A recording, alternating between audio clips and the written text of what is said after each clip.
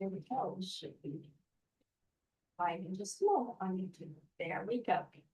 Welcome everybody to day 2 of the Bananas About Straightness Challenge. Here's our plan. And for those of you who don't know us already, if you're new here or whatever it is, this is Thomas Ritter. I'm Shana Ritter, and we are your hosts today for today's training. Thomas is just taking care of little one. Yeah. Hey, there's Catherine. And we are also joined by CATHERINE MCCRUM today, who is our resident Feldenkrais instructor within our courses. Excuse me, my throat. Hi, Catherine. Hello, hi. Hello, Catherine. Hi, everybody. Hello. That might be too loud. It might be. Can you hear our air conditioning? I can't hear it. Okay, awesome.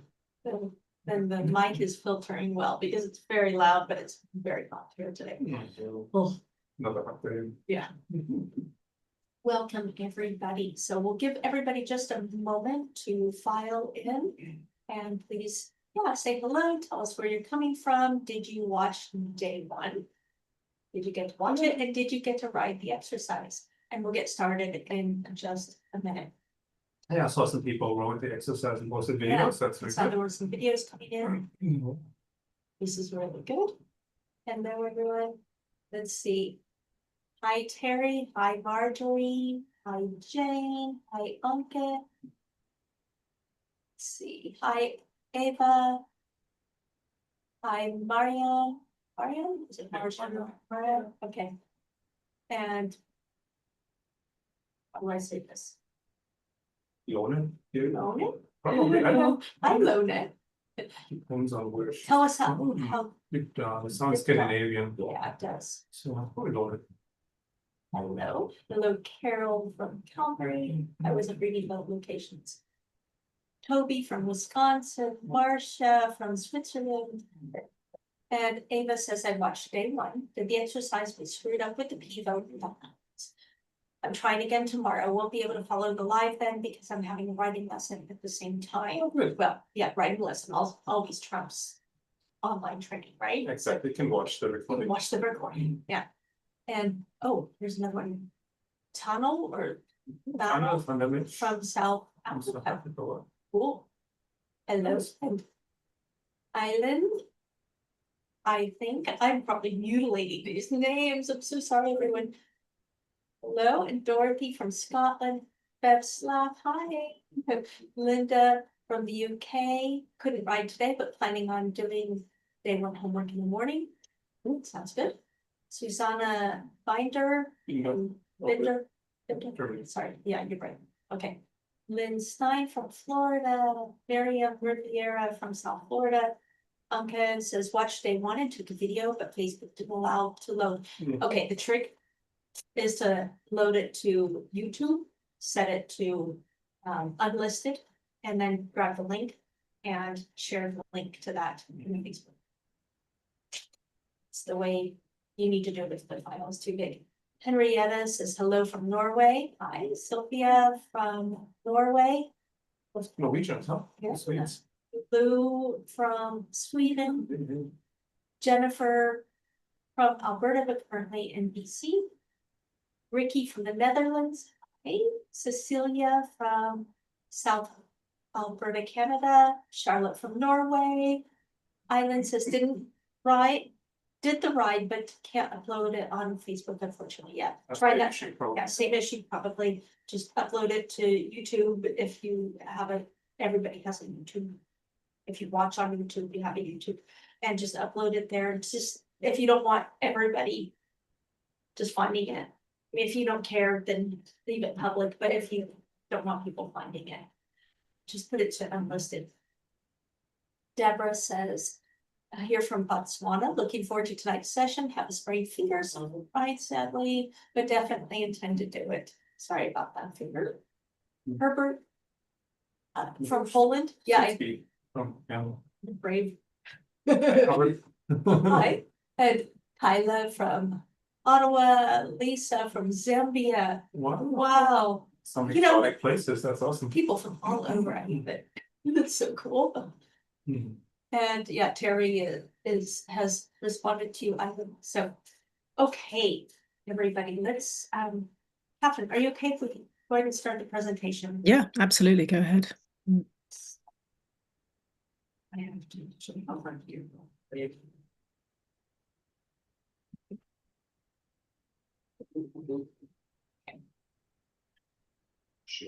I know, where is it?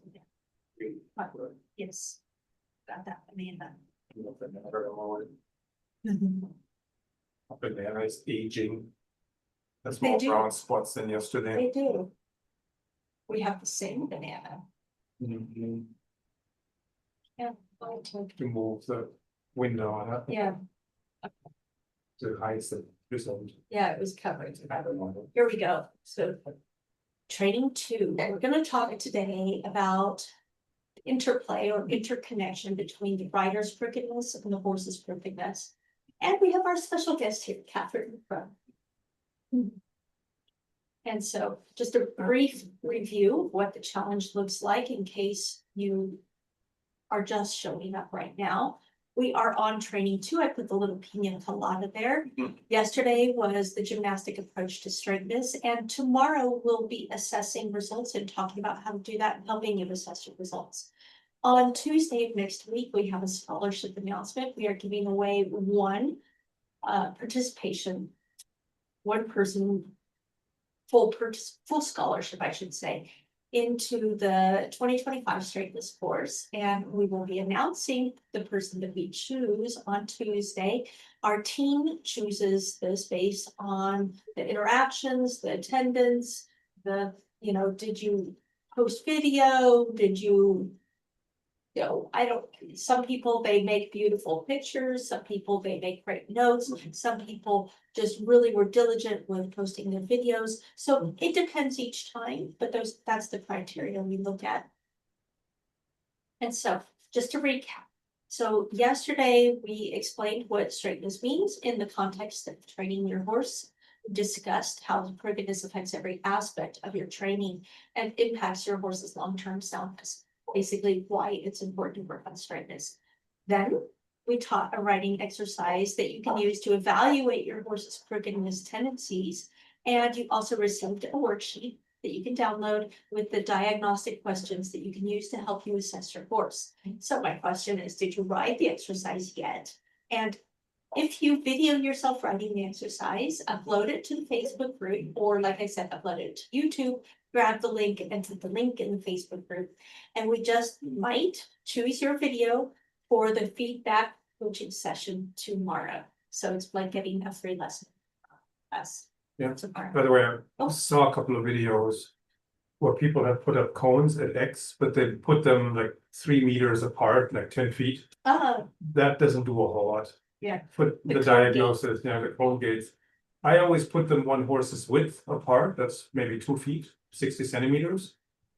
Because then you have to be accurate, and if you're not accurate, you knock down a cone. If the gate is too wide, then you don't see if your horse is actually straight or not. But if you make it narrow enough so that it's really just wide enough for one horse to pass through, then you'll see, if your horse is straight or not. It's the cones of truth.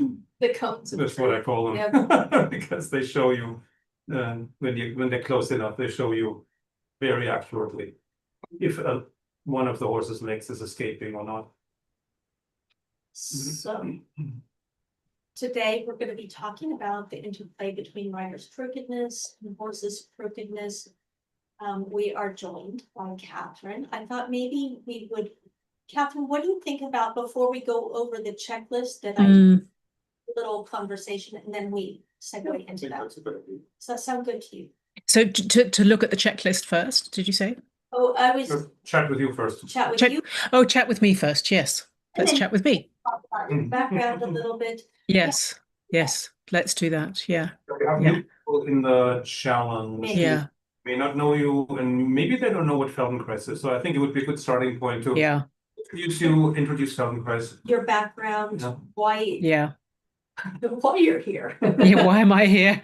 Why are you here? Well, I was looking at the Straighteners Challenge today, and I was thinking, gosh, the whole reason I'm actually working with Thomas and Shana is because of the Straighteners course, which was launched in 2018. So it was the first course I worked on.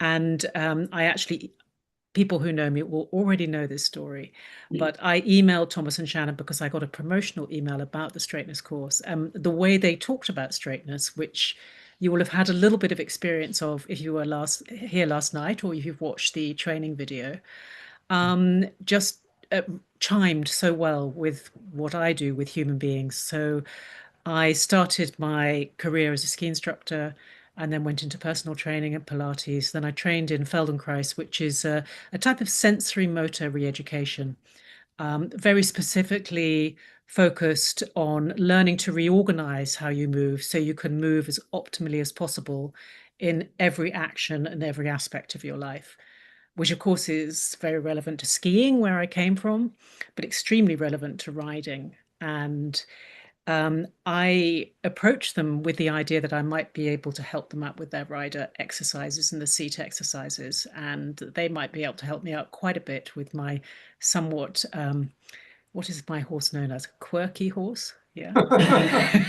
It's called Cuckoo, the quirky horse, yeah. And it really was an absolute gift because the way they talked about helping him become more crooked and how I could help with my skills made so much sense. And we started to look at things in a completely different way. And really, I think everything kind of stemmed from there in terms of taking him from a horse that was very stiff, very crooked, had a competition career, had probably been injured at some point and kind of subtly not quite sound, to a horse it is really pretty well balanced and still quirky, but very different. Yeah. He comes from a jumping background. He comes from a jumping background, a show jumping background. Yes, exactly. And yeah, so that's how I got there. And we have been making courses ever since together. And Yes. it was a mutual gift because you filled in a whole gap that we couldn't provide because we didn't have the background that you have. And it's been so incredibly helpful for the students, but also for us personally. We've gained so much by working with you. We've been able to implement it into what we do. We've grown together. Yeah, definitely. Together, we have many thrilling, amazing discussions together that has continued to foster our mutual growth. Yes, and I think the learning, the mutual, sorry, Thomas, I interrupted you, but the mutual learning is really has kept it extremely engaging and interesting for me. So even this is, I don't know how many times we've gone through the Straighteners course, a number of times. More than any other course. More than any other course, because it's simply at the heart of everything, isn't it? It really is at the heart of everything. So it's a very popular course and for good reason. But I never stop, learning new things from both of you, which is really lovely. Yeah. Thank you. And exploring new aspects. We've had so many interesting conversations that go off kind of in weird tangents, but then it feeds back. And it's so interesting because it always comes back to the core. Yes. Or important parts of how our bodies work, how the horse's body works, how the two work together. Yes, and absolutely. I think what you said about the tangents is because I also have I'm a trained psychotherapist as well, and the type of psychotherapy I do is very much based in the soma, the body-mind connection. A lot of our conversations inevitably lead to the psychological aspects of riding, and Shana and Thomas have done some really great sort of shorter workshops in, for instance, Ritterize on rider confidence, for example.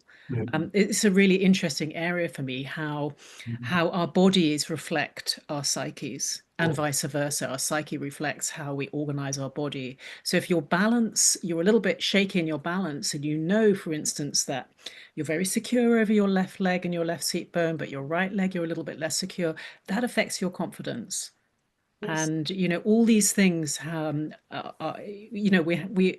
we it's a sort of global approach, isn't it? It's the whole that we're looking at.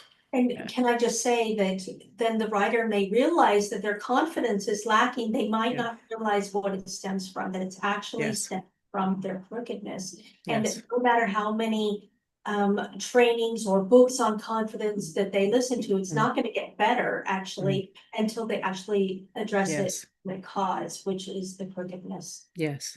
Yes. Yeah. And I think you go on.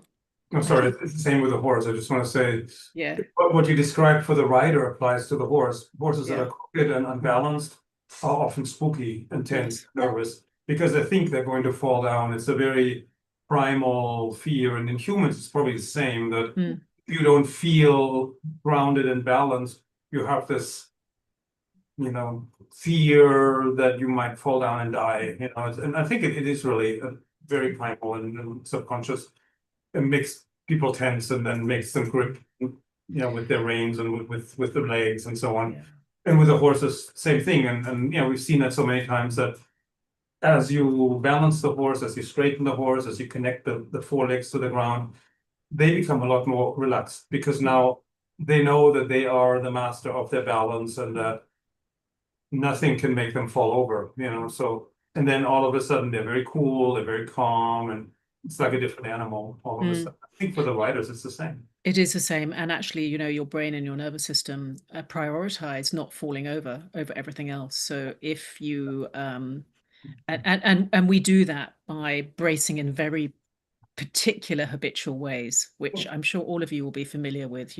Maybe when you have a little upset of your balance, you find yourself always falling a little bit to the left, for example. That would be an example of how in some ways our habitual muscular contractions are also our defense mechanisms. The trouble is, oftentimes we get stuck in them all the time. At a low level, they're lurking all the time, even though we don't necessarily need to be braced defensively. Yeah. Yeah, if there's a stressful situation, all these old habits come back. Yeah. Right away.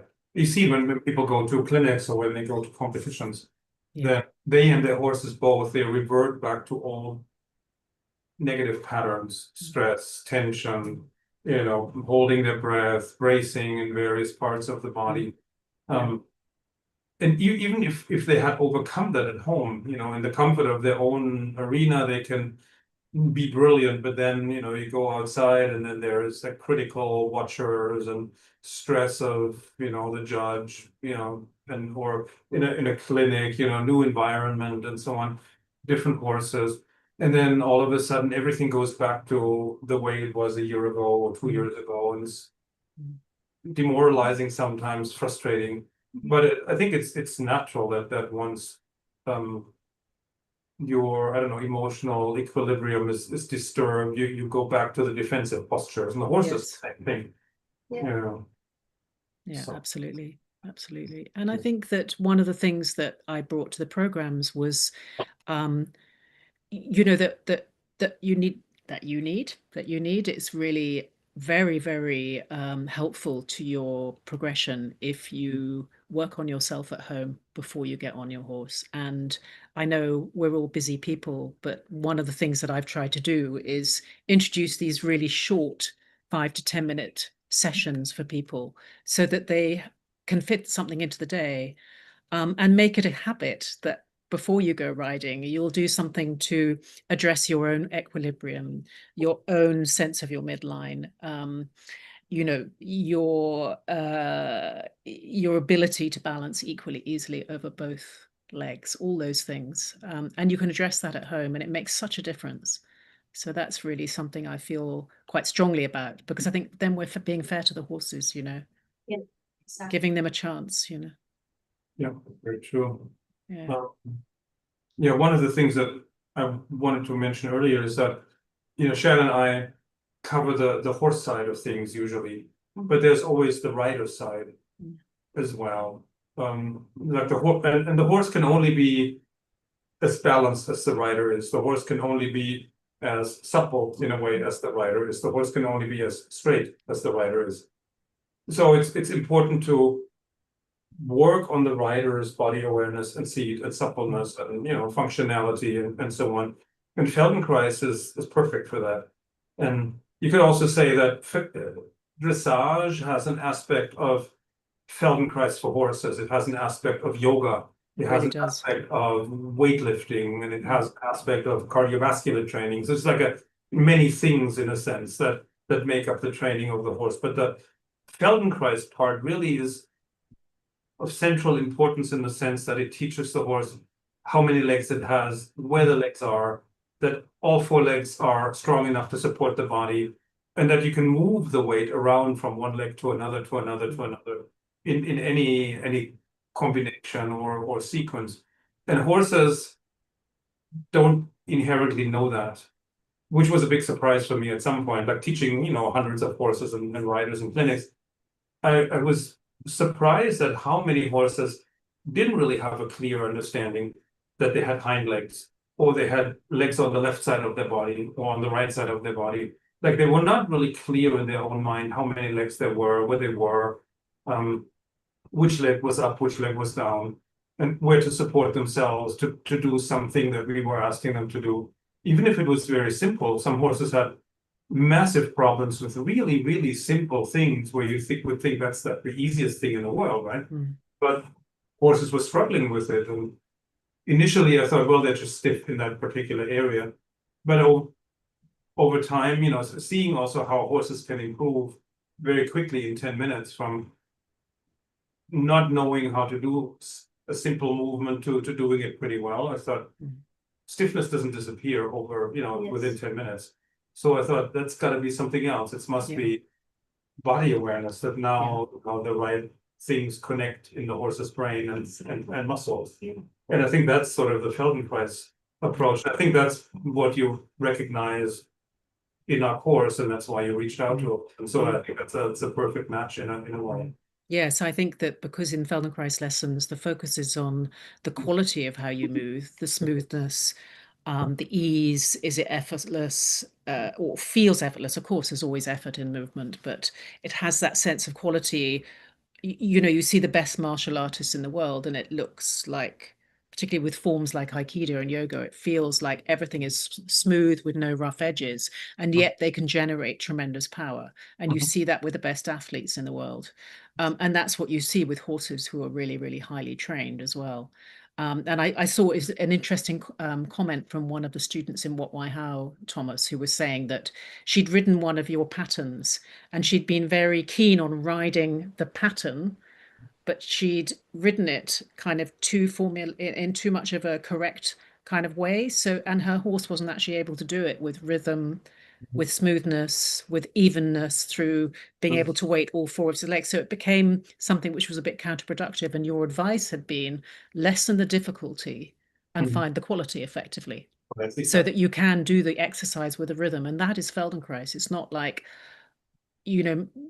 maybe if you go to the gym and you're lifting weights, you'll strain and you'll, and that's fine. You're doing something different. I have no issue with that at all. But that is a different type of body awareness and training your body than the sort of thing where we're really working with proprioception, with coordination, with really optimally organized patterns of movement through the whole, where every part of you is synchronized and harmonious and doesn't get in the way of what you're trying to do. So it feels like the whole of you flows into the direction that you want to move with your horse.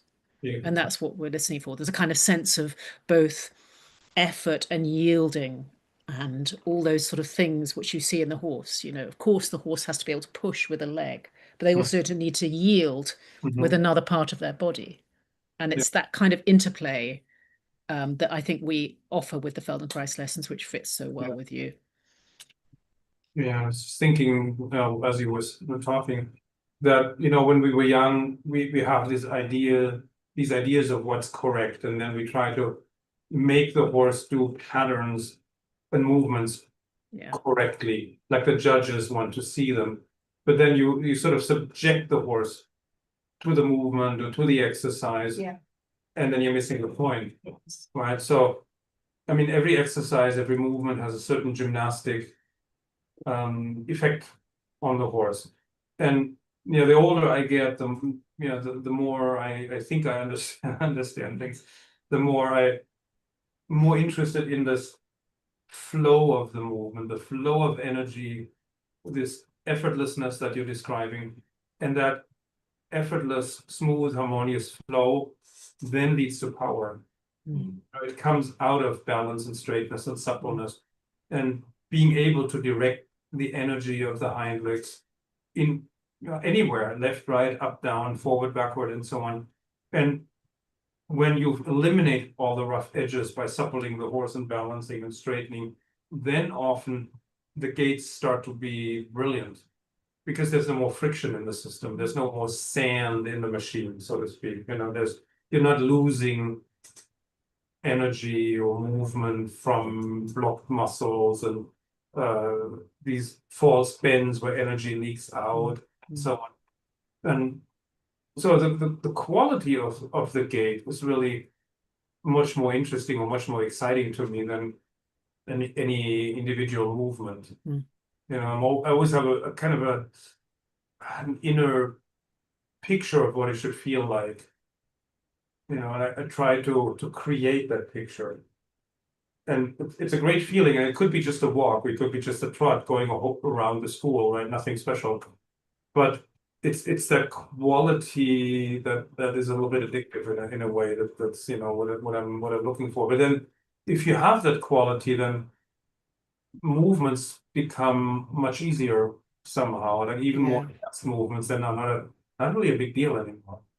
You know, because you've removed the obstacles, you've removed everything that prevents the horse from doing it.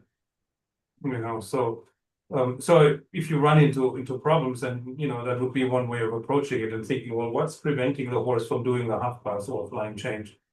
Where is the stiffness that's preventing the horse, or where is the lack of body awareness? Where is the whatever it is, you know? And if you find that, and if you can remove that, then the horse should be able to do that movement.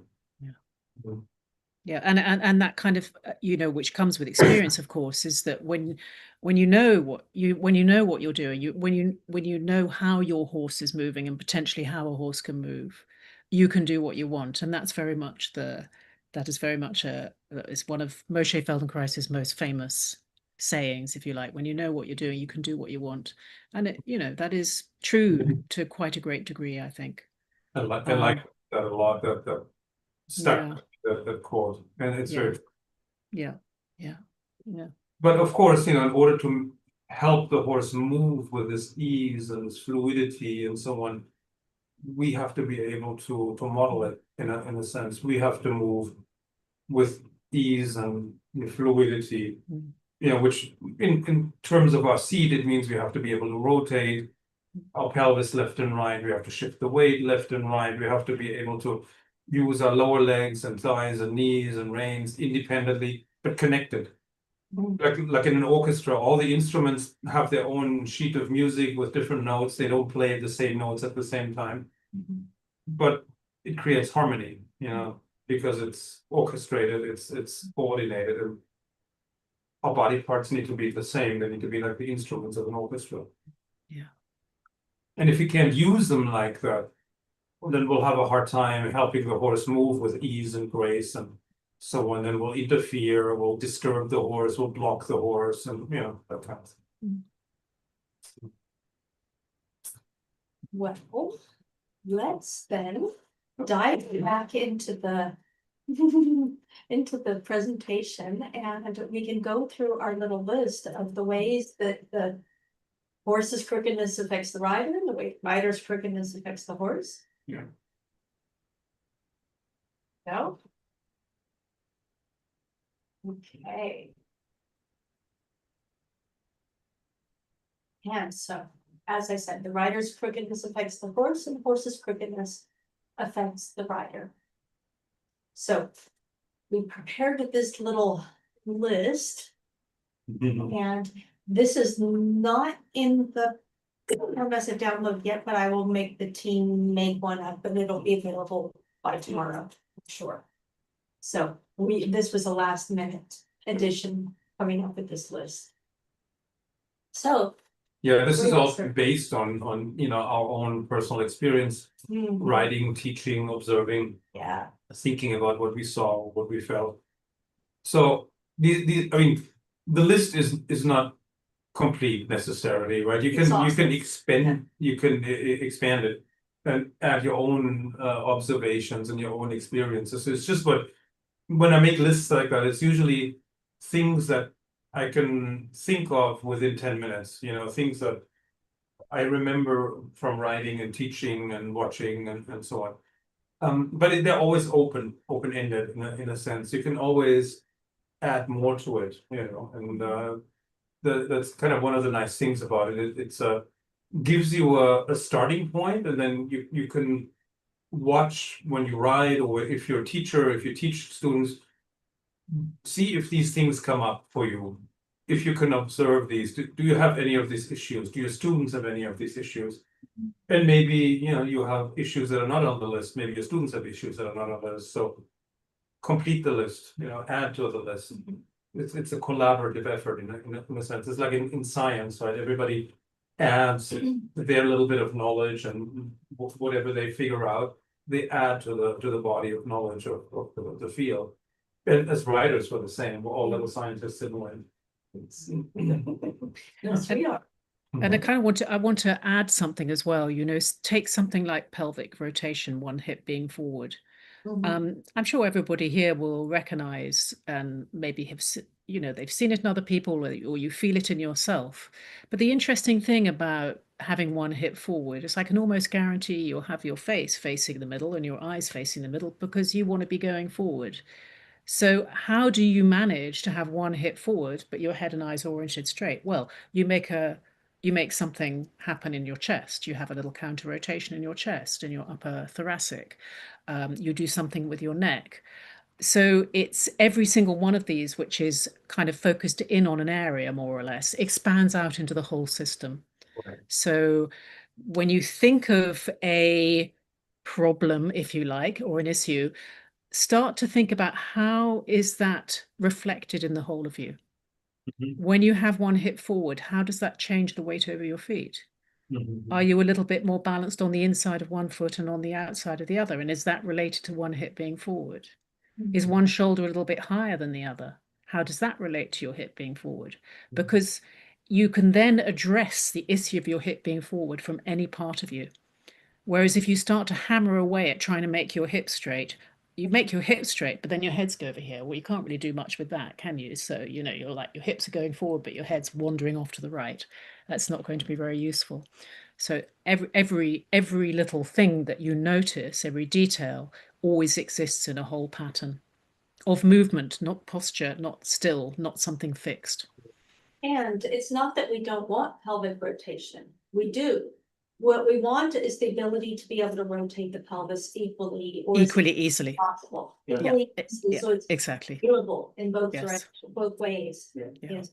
Yeah. I think when I wrote it, what I was thinking of is that in your neutral position, one hip is ahead of the other, which means rotating in one direction is easy, rotating Indeed. in the other direction is difficult, Yes. which then creates problems with half pass and flying changes. And you can do a clean change one way, but the horse is late changing in the other direction, or you have a half pass one way and a leg yield in the other direction because your pelvis just doesn't allow the horse to do a good Absolutely. half pass.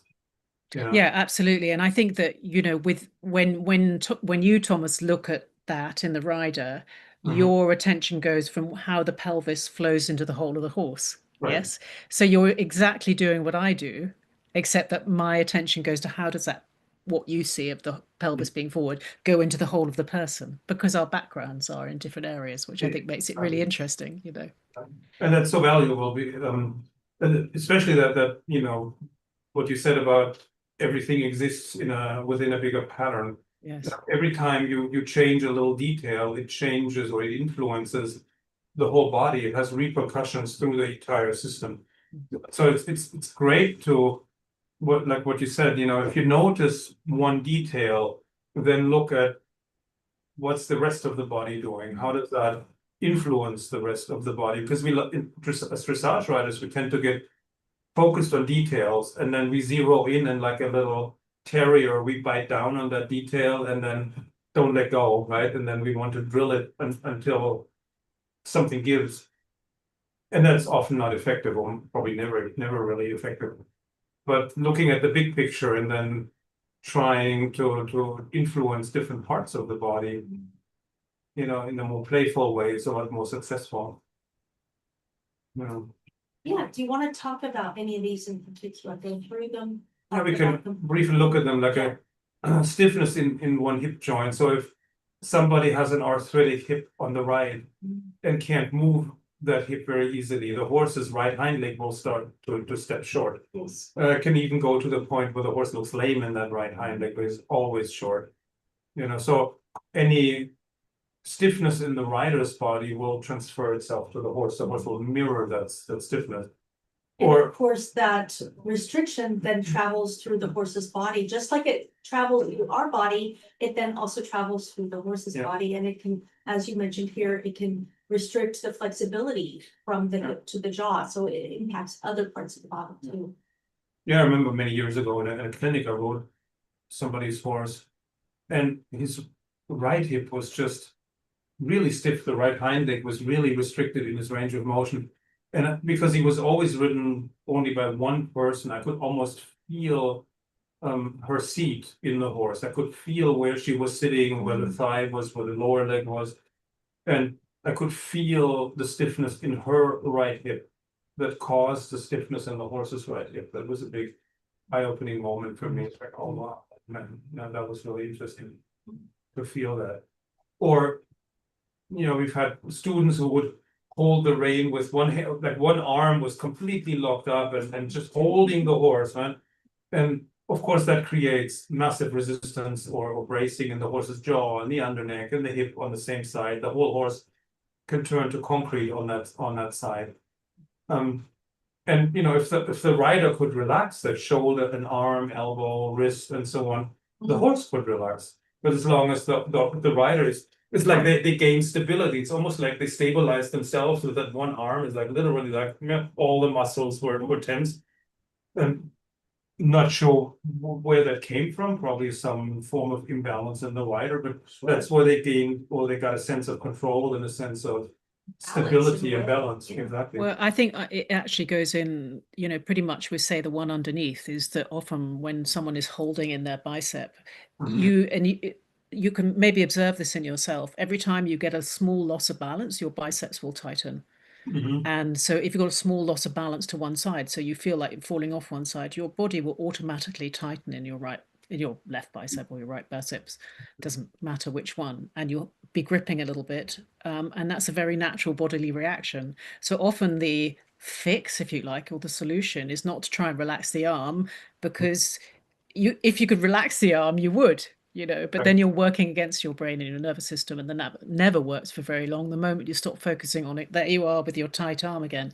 No, you have to go down to maybe the feet, maybe your base of support, maybe, that kind of thing. And then suddenly the arm can hang freely because your shoulders are balanced over your pelvis, and your pelvis is balanced over your legs, and your feet are connected to the ground if you're walking or,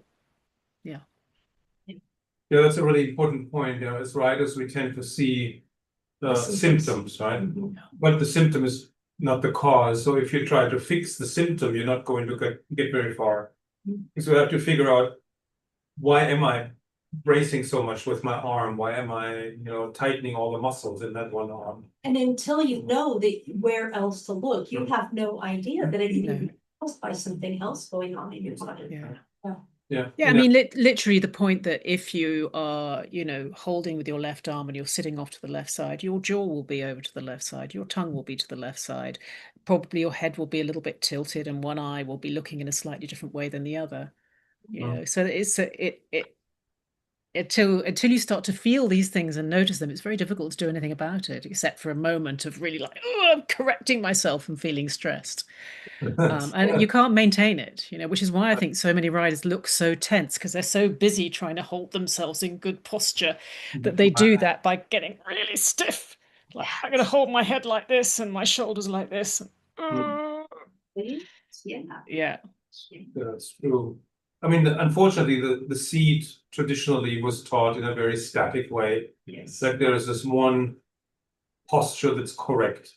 There's a lot of the teaching that we were exposed to originates in the military, where everybody had to look uniform, right? So it looked like a disciplined military unit. If everybody sits differently, it looks ridiculous, right? In a military context. But if everybody has to look the same, then of course that breeds stiffness and people holding their breath and just fitting the form, and function doesn't play a role anymore all of a sudden. And then you run into trouble, right? Whereas if you start from function and balance and grounding and so on, then you find your form as a matter of course. And then usually actually the form doesn't look that bad. If you're balanced, if you're grounded, then usually it looks okay. Doesn't look ugly, right? It can look ugly if you try to force it and try to fit a certain outer form through just muscle effort and everything. Then that can look ridiculous. The seat can look good, but it doesn't have any positive effect on the horse, because you're attaining that through bracing and stiffness and holding the body into a shape. And Right. it can't transfer to the horse, the function can't transfer to effectiveness and feel. Yeah, the rider can look correct in their seat, but the horse can then look very tense and short in the neck and stressed because the rider is emphasizing form over function. See that? Yeah, Do you want to move on to the next one? sure. Yeah. Yeah, if the rider is off balance, like sliding off on one side, they essentially have to grip with the opposite leg, otherwise they would slide right off and they would fall down, right? And it's like what Catherine was saying earlier, you can't just relax that leg that's keeping you on the horse because you would fall off. So the only way you can relax that leg is by slipping your pelvis more into the middle of the horse, so you're actually balanced. So again, symptom and cause are not the same. What you see is not what you get. Yeah, and I think more and more people are familiar with this idea, but you've just introduced it, Thomas, that form, otherwise good posture, follows function rather than the other way around. So if you think about how babies develop, they don't develop their posture. The posture comes from movement. Whether that's lifting their head, is one of the first movements a baby does, rolling onto their side, coming onto crawling, turning onto their front, pushing up on their arms. Every aspect of their form is developed through movement and functioning, not the other way around. So correcting your posture is, as an adult, is a nonsense, actually. Yeah. It really is a nonsense. It does not get you where you want. It can kind of help you in some ways in a transitional way. But actually, if you work on your capacity for really kind of rediscovering all the things that you probably did as a child so easily, the ways that you moved as a child, you will find your posture improves dramatically without ever once thinking about, oh, I need to bring my shoulders back or need to hold my tummy in or whatever it is. Yes. And the nice side effect of doing that is then everything else you do, it's not just it doesn't just affect your writing, right? It affects everything. You feel better in your with everything you do.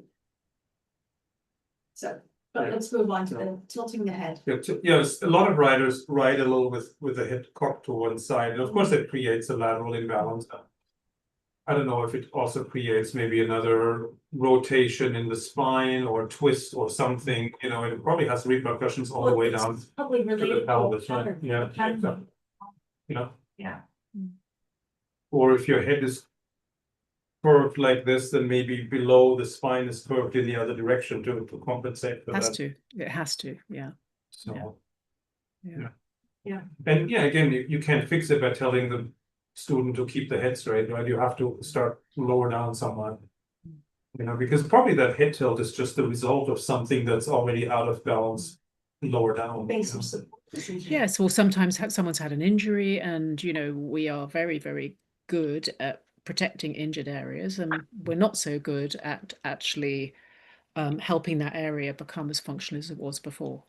Not because we don't do the rehabilitation, but often there isn't so much of an understanding in the physical therapy world of connected movements, how every movement of, say you injure your shoulder, every movement of your arm and your hand and your upper arm and into your chest and your collarbones and each rib needs to be reintegrated after an injury. Often there's a lot of focus on getting the strength back or the flexibility back through stretching, and then that's all well and good, but the coordination part is often lacking.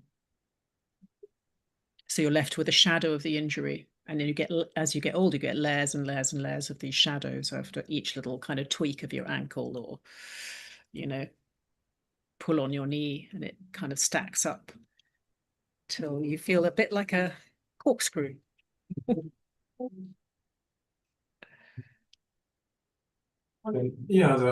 Asymmetrical femur rotation. I think there's nobody who has completely symmetrical legs.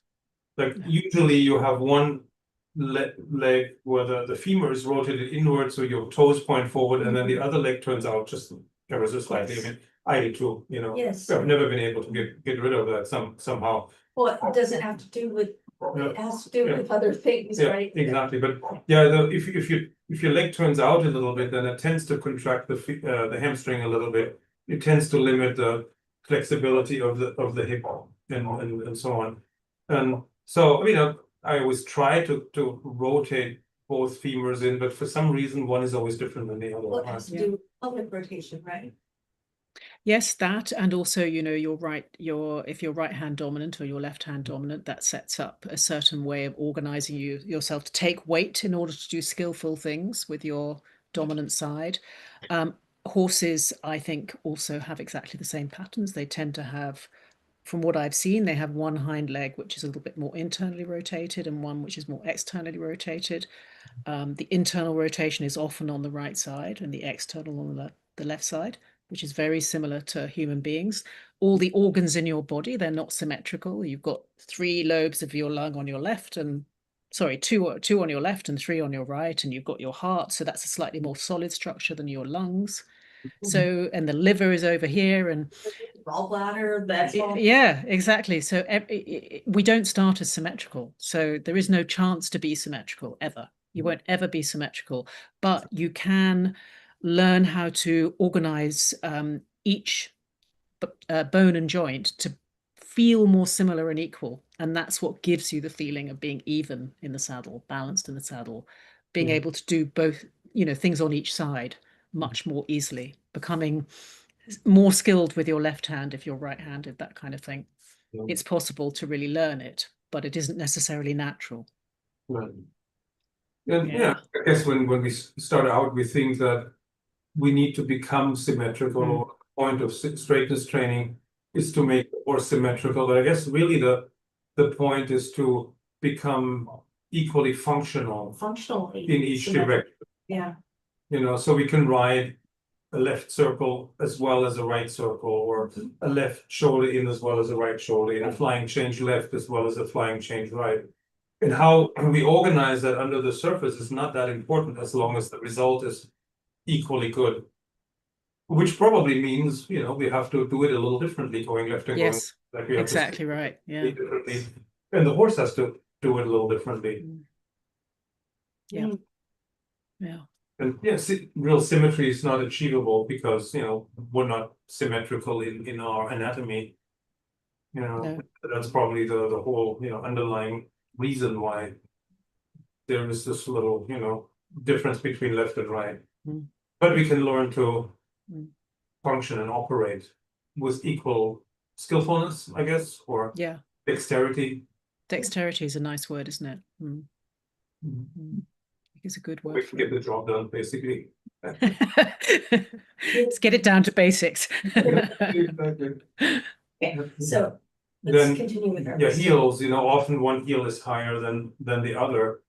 And that, you know, that can, maybe it's the result of the pelvis being a little at an angle, like one seat bone higher than the other, or maybe it causes the pelvis being unlevel. I don't know what's the chicken and what's the egg there, you know. So, and heel up usually means muscles are contracted on that side, right?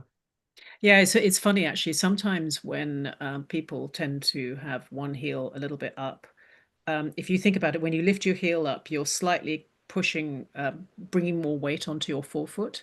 And often it's a means of bringing yourself onto your stable leg. And then a shadow, it remains there all the time. So in some ways, you could say it's an attempt to find support. But it is an interesting thing. I mean, I'm more balanced over my left leg in terms of feeling stable, and I can kick a ball with my right leg. And I notice that given half a chance, I'll take a little bit of weight off my right heel and pull it over onto the between sort of big toe and second toe, the base of that, because I'm already keen to get off my right leg and back onto my stable left leg. You know, so it's exactly, yes, it's we are always halfway through a movement. When you notice some sort of anomaly in someone, it's because they're halfway through a movement, which is habitual because at some point it's made them feel secure. Yes. It's funny, you know, it's like, oh, that's what. So if you, I like to look at those things to go, where are they trying to get to? Yeah. How is that heel lifting, shifting weight, which will take them somewhere? Yeah. That's a good point, yeah. That not looking at it as a static thing, It's but not a static thing, no. but as It serves people. So I think that's the first thing. If you just take it away, they're like, oh, you know, you have to understand it serves people. And then sometimes by deconstructing it, you go, oh, look, you know, when you lift your heel like this, it does this, and then you shift to your left, and then you can try it with the other side, you know, and often it'll be a little bit more difficult to lift the other heel, but then you can start to go, oh, to play with it, to get exploratory about it, and then it can be quite fun rather than, oh my God, my bloody heel's up again. Put your heel down. Yeah, get that heel down. Someone shouting at the side, heels down. Relax now. Relax. I feel myself tensing up when you do that. Yeah. But Yeah, and then that of course, that unlevel. Yeah. This causes compensatory curves throughout the whole body. Yeah, exactly. I mean, if one hip is higher than the other, then the spine has to kind of curve a little bit to compensate. Whereas you get a C curve where maybe the right hip is up and the right shoulder is down, or you get an S curve, you know, which makes things more complicated. You know, and then of course that upsets the horse's balance too. Because it distorts the weight distribution across the seat bones. So moving on to the next one. And then the horse often, they have to absorb this unevenness of our seat. And so they absorb it into their body, they mirror it, or they compensate, it can be one or the other, and with their own alignment. Yeah, and I think a C curve in your, the spine in your torso will almost always result in a S curve ultimately, because if it was a whole C curve, you'd be walking around like this all day long, which nobody does. And horses don't do that either. So they might have a C curve in their thoracic lumbar, but they'll do something with their head somewhere. Yeah, because they want to straighten their head Yeah. up. So I'm kind of like, yeah, C curves are actually, I think S curves are probably more, you know, are really what people have and horses have. Yeah.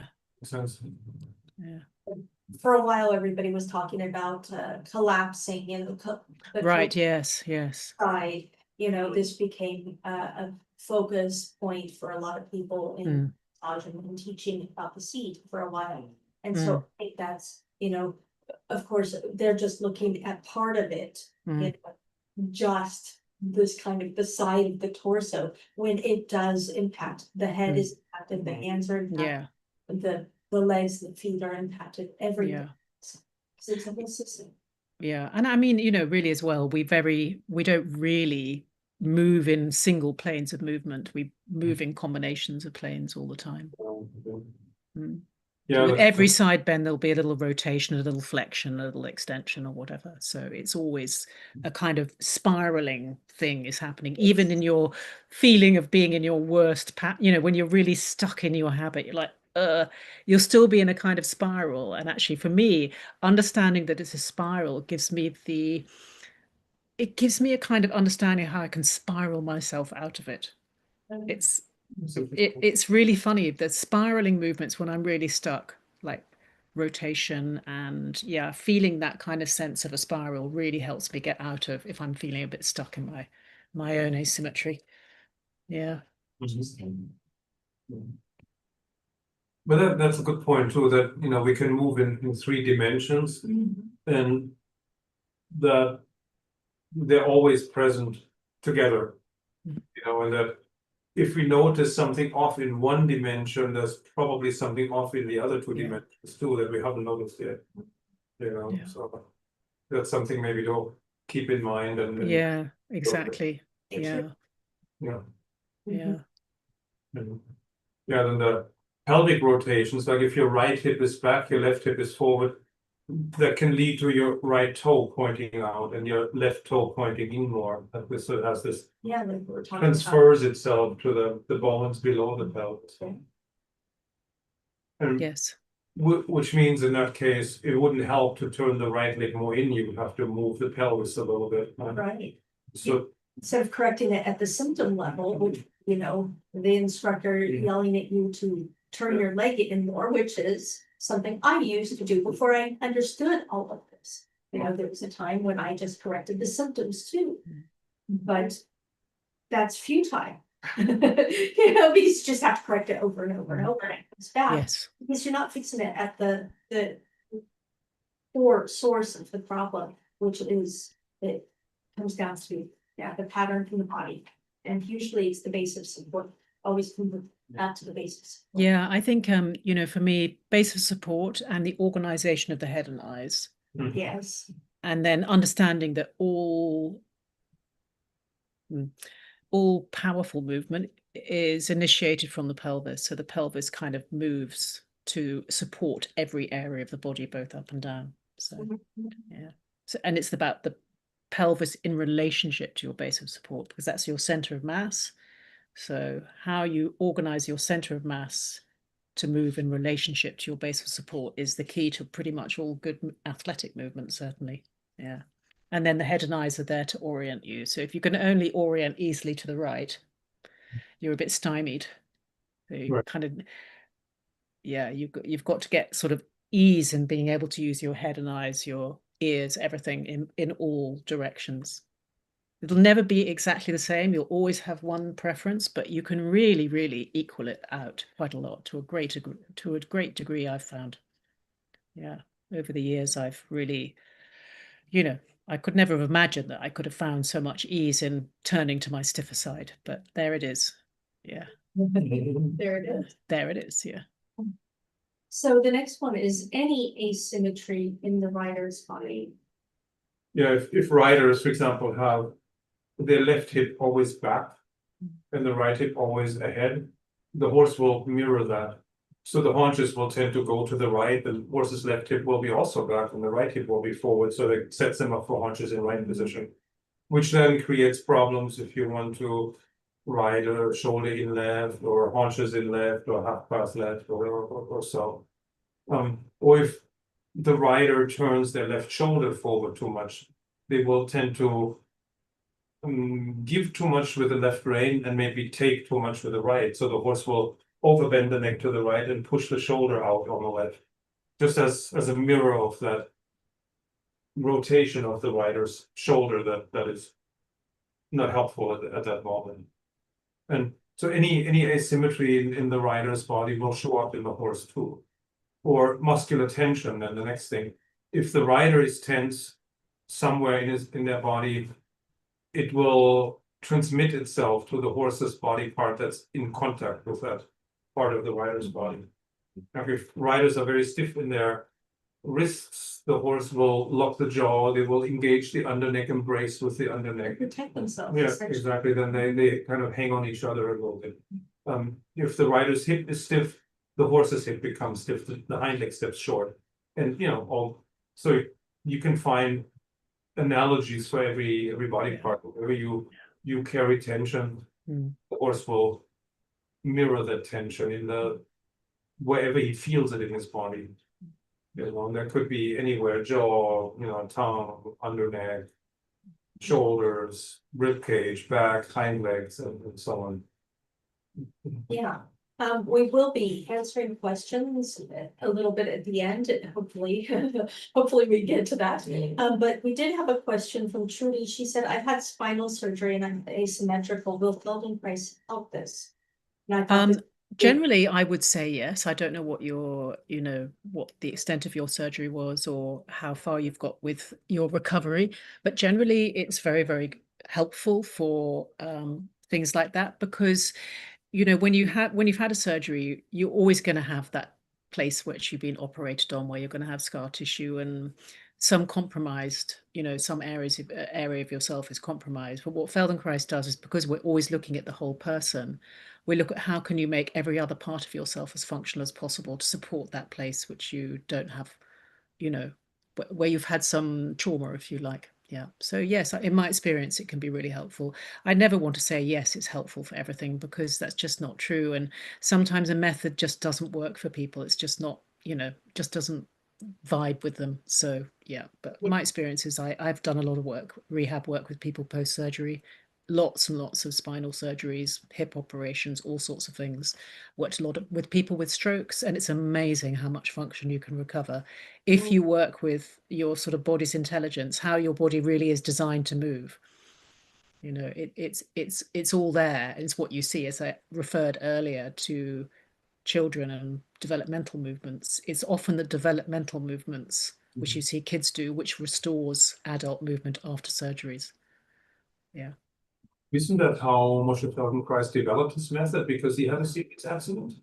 Yeah, so he injured his knee quite badly and playing football, I think. And then he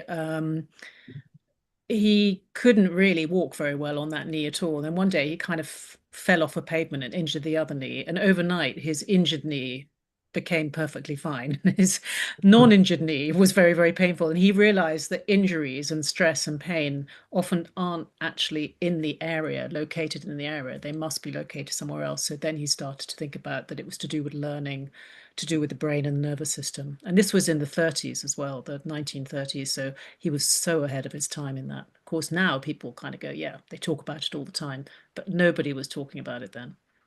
And he was married to a pediatrician, so he used to watch all the kids, moving in her waiting room. And he became really fascinated, and then he started to base his own movement recovery on the movements they were doing, because he kind of made a link that that's how adult movement is formed. And then he started to get better. Then he started to teach people. And get very frustrated because he didn't know how to teach what he could do with himself to people, which I think is often a thing for people who are kind of ahead of, they just don't know how to transmit the information. Yeah. But it's interesting that the whole thing started by him trying to heal himself, and that led to this whole discovery of a absolutely. Yeah. Yeah. Very interesting. Yeah.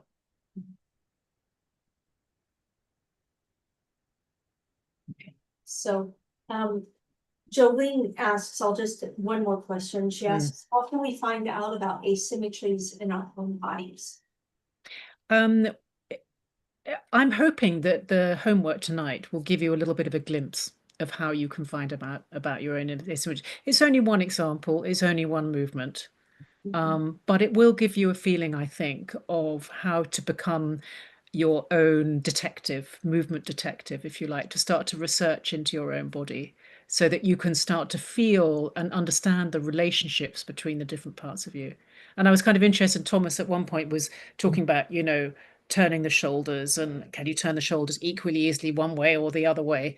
And I was thinking, well, often what people will do, this is an example of becoming a movement detective, is when they turn their shoulders in one direction, they'll go, oh yeah, my shoulders stay level and the breastbone stays vertical, and in the other direction they dip like that. So that's an example of understanding that you know how to organize the movement in one direction and keep your sternum in your midline, so you're turning around your axis, but on the other side you don't know how to rotate without side bending, and then of course you start to push your horse over. But once you understand that, you can start to play around with noticing, oh look, I do this really easily, how do I do it, what does it feel like, can I transfer that sensation and feeling to the other side, that kind of thing. If you can do it well on one side, you can learn from that good side and transfer it over. And you can also play around with copying the bad side with the good side, because every movement is learning, even when you don't like it. All these details, it's always fascinating, right? Mm. When you look a little under the surface, when you look a little deep, Yeah. what else is involved? What else is my body doing? Yeah. You know, because you think shoulders are turned, but then what else is my body doing that I'm not Absolutely. paying attention to, you know, at the same time? Yeah, and in one direction, you might turn your shoulders and your pelvis turns, whether you like it or not, or Mhm. that might be your intention. The other direction, you might turn your shoulders and your pelvis stays still. Right. Both of those are fine, but can you do all the options and do it with conscious awareness Yes. Exactly. so that you can do what you want, so Right. that you know what you're doing and you can do what you want? Well, That's cool. And then, of course, the horse's crookedness also impacts the rider. We have another list that we can go through. Yeah. It's shorter, luckily.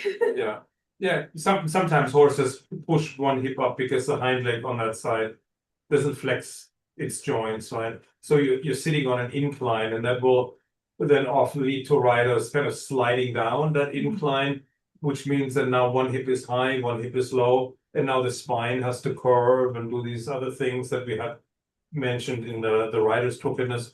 So the horse can transfer its own crookedness to the rider as well, right?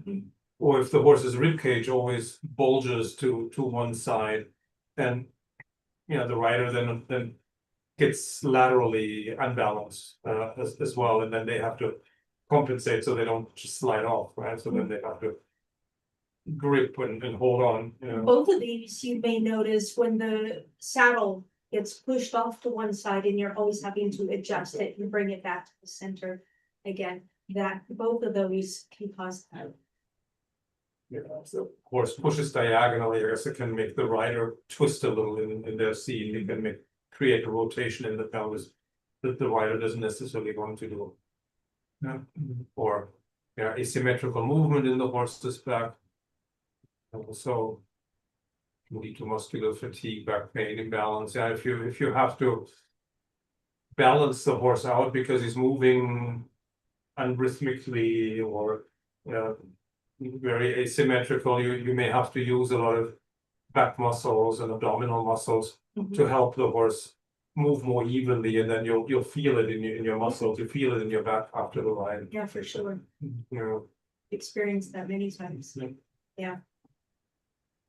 Or if the horse is stiff in his jaw and pull, you'll feel it in the reins, and then a lot of riders will just grab the reins more and hold more or pull more, trying to get the horse to soften, but that becomes a tug of war in a sense. So the horse and rider lean on each other, so they reinforce each other's stiffness on that side. The hollowing, but the horse wants to move the rib cage away from the rider's leg on one side, which also then usually goes hand in hand with the hip being lower and then bulging on the other side and so on. Bulging, yeah. And that can really, misalign the rider's body, It causes a whole cascade of other issues in the rider's body, and the horse's body, of course, too. Yeah. Horse and rider, don't make each other conform to the other one's patterns in a sense. If the rider is very crooked, the horse will mold himself around the rider's stiffness and the rider's seat and asymmetries. But also if the horse is very stiff and very asymmetrical, riders will kind of mold themselves around the horse, especially the less experienced riders that have maybe less awareness, not an independent seat yet. They become victims to the horse's crookedness in a way, because they just don't know how to help the horse become straighter. They just accommodate the horse's crookedness, and they just then mold themselves around the horse. So it always goes both ways, right? The horse influences the rider influences the horse. And that's really why a two-pronged approach is really good for working with correcting crookedness and getting to improving straightness. I'm not gonna say to getting to straightness, but improved straightness. You really have to work it with both the rider's crookedness and the horse's crookedness. So the two, when you implement the two together, the two really help complement each other, and you can build exponentially from there. Yeah. So, oops, we're not ready for that yet. So I'm gonna stop the share right now. There we go. And Catherine, what would you prefer, to answer some questions right now, or? I think so, yeah, because I think it's, yeah, so should we do that? And then Okay. people Yeah. have got the homework, and we've done quite a lot of, you know, in some ways we've been They doing don't little have it bits throughout, Yeah. yeah? Yeah, they don't have it yet, but we'll. Yes, Yeah, Terry, you can go ahead and publish today's homework. yes. We- Oh, I gave the game away. Yes, it's a Feldenkrais list that will help you to discover some of your asymmetries. Yeah. Yes. Hopefully, and also Okay. maybe feel a little less asymmetrical at the end, I hope. Yes. So Yes. a little bit of both, I hope. Yeah. Just like the writing exercises that we Yeah. do with courses, the Feldenkrais lessons work the same way. They're both diagnostic as well as therapeutic. So you're learning more, you're discovering where your asymmetries are, but also by doing the exercise, you're already addressing them, you're already improving. And principally by improving your awareness. Yes. So, do you want to go to the Q&A first? And Yeah, sure. okay, Let's I just think walk there's down. one. Yeah, let's do that one first. Yeah, Lone did says, so the seat should be based to sculpted on the correct placed pelvis, and adjustment should be aligned with the correctly placed pelvis, and that is also the first thing to adjust whenever something else in the seat goes wrong. What do you think, Catherine?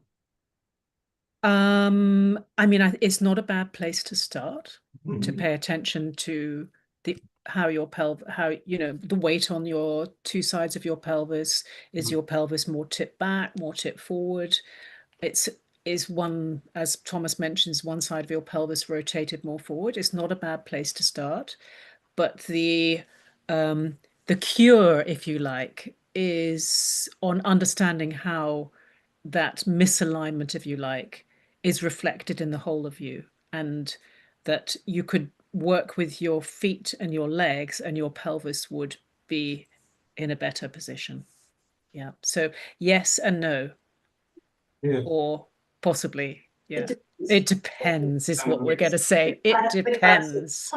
Yes. Well, Yeah. and But it's a helpful place to start because it's the biggest bone in your body. So Right. reorganizing your pelvis will definitely change everything above and below. Yes. it's the center in a lot of ways. Your center, yeah. That made me think also that is what we're doing really what we think we're doing? Because we may believe that we're sitting straight, but actually we're not. Yeah. You know, what feels straight and neutral to us may be rotated and twisted, and you know, in all three dimensions, it may be a little off the actual neutral position. So because of that, I'm always a little distrustful of what my body awareness tells me. Yeah. So I experiment. So if I don't like the way the horse is moving or bending or whatever, I start to move a little bit. I rotate a little left and right, and I might sit a little to the left and a little to the right. I may lean forward and back or tilt the pelvis forward and back and watch the horse's response. And whenever I feel like, yeah, this feels good, now my horse feels balanced, then I assume that's probably where my neutral position actually is. Not where I thought it was, but Yeah. this is probably actual neutral position. So let me stay here and then make that my new home base and then go from there. So I think I always find it helpful, like, contrasting, you know, what you've been doing with a little bit more rotation left, a little bit more rotation right, or sit a little bit more on the inside, sit hind leg, sit a little bit more on the outside hind leg, and just watch, is my horse feeling better or is he feeling worse when I do Yeah. this? This And is if it. It's you the feel like- question, isn't it? The better Yeah. or worse? Yeah. Exactly. And then, you know, if you feel like, oh, if I do this, it feels better. What if I do more of this? Does he still feel better? And then at some point, of course, now it feels worse. I've done too much. Let's go back a little bit in the other direction. And you can do this in all 3 dimensions. And that for me is always clarifying. It helps me find where the neutral position probably is, may not be where I thought it was or where my initial assumption is, but you can research this a little bit, rock forward and back and rotate and shift your weight. And then the horse will always give you feedback. The horse will always say, yeah, this is better. No, it doesn't feel good. Don't do that anymore. So you just have to listen to the horse, and then the horse becomes your trainer at that point, and the horse tells you, no, you need to sit like this, and then I can function properly. Yeah. So yeah, rather than imposing, this is the correct seat, and now my Yeah. horse has to function. So, and if you experiment, you can't brace, you can't be stiff, because you're moving, right? You're moving in the 3 dimensions, and you're trying to find the best place where your horse feels comfortable and where your horse can do what you want to do, whether it's riding a 20-meter circle or whether it's a canter pirouette or whatever you're trying to do, right? You have to find where is the best place to be, so I'm not in my horse's way, but I'm supporting my horse in what I want to do. So I do a lot of that when I ride, a lot of this searching, experimenting a little bit. Yes, and I think that mentally that puts you into an attitude of curiosity rather than correction, and almost certainly you'll get a better result from that. I would say. Cool. Unless you kind of go so far down it that you're just going, a little bit of this, a little bit of that, I can get into that, and it gets a bit too, I go too far into it, but yeah. But then if you're looking for the feedback from your horse, the horse is going to tell you. Yeah, sure. Yes, it's just like, stop it. You're way off base here. Like, true, very true. Yeah, he'll just get distracted and kind of go, oh gosh, here she goes again.